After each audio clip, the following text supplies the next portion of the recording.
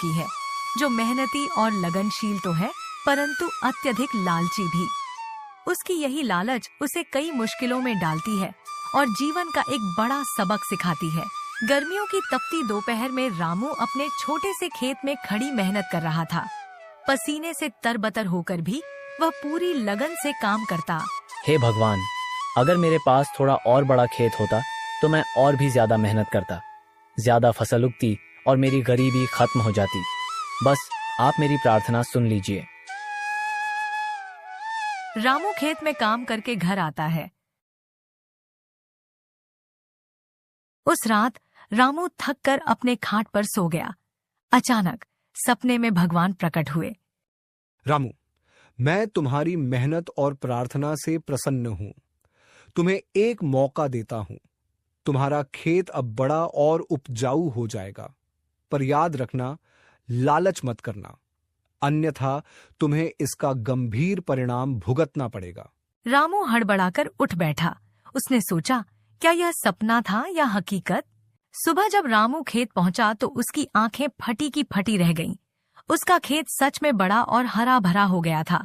वह खुशी से झूम उठा। हे भगवान, आपका लाख लाख शुक्रिया। आपने मेरी प्रार्थना सुन ली। अब मैं जी जान से मेहनत करूंगा। रामू ने खेती शुरू की।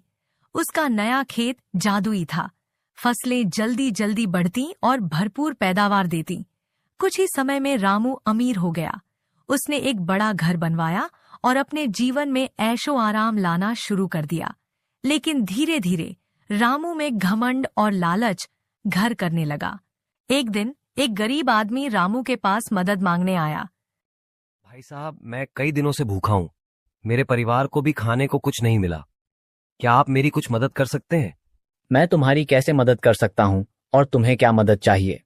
क्या आप मुझे थोड़ी सी जमीन दे सकते हैं ताकि मैं उस पर खेती कर अपना गुजारा कर सकूं? रामू ने गुस्से में कहा। मेरी जमीन क्यों दूं तुम्हें? भागो यहाँ से। गरीब आदमी ने फिर निवेदन किया। कृपया आप मेरी मदद कर दीजिए। भगवान आपका भला करेगा। रामू ने गरीब आदमी को डांट कर भगा दिया। गरीब आदमी उदास होकर वहां से चला जाता है।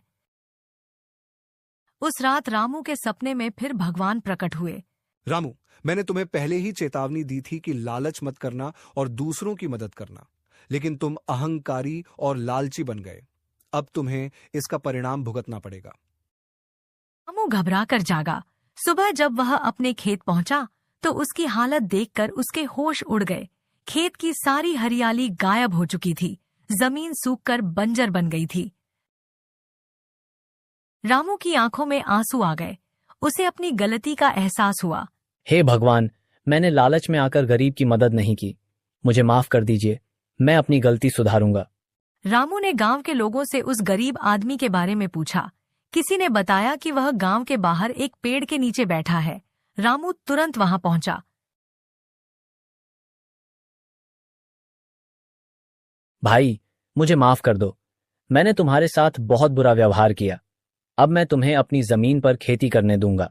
क्या आप सच कह रहे हैं? हाँ भाई, मैं सच कह रहा हूं। अब मुझे अपनी गलती का पछतावा हो गया है। मैं भूल गया था कि मेरी भी किसी ने मदद की थी, लेकिन मैंने अपने अहंकार और घमंड के कारण तुम्हारे साथ गलत व्यवहार किया। मुझे क्षमा करो और मेरे साथ चलो। रामू ने गरीब आदमी को अपनी जमीन का हिस्सा दे दिया। जब वे दोनों खेत पर पहुंचे तो चमत्कार हुआ। रामू का बंजर खेत फिर से हरा भरा हो गया। हे भगवान, आपका धन्यवाद। अब मैं कभी लालच नहीं करूंगा और हमेशा दूसरों की मदद करूंगा। हिंदी कहानी टीवी।